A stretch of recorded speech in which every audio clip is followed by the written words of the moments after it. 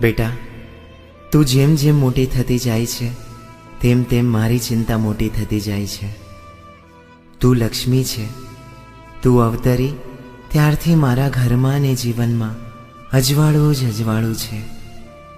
ઘરના પ્રત્યેક શુભ અવસરે અમે તને પહેલાં પોખી છે, કેમ કે તું પવિત્રતાનું બીજું નામ છે. દીકરીથી વધુ પવિત્ર શું હોઈ શકે?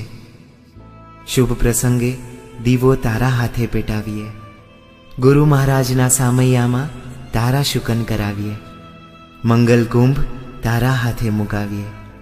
તારાથી વિશેષ આ જગતમાં અમારા માટે કંઈ છે જ નહીં, કોઈ છે જ નહીં.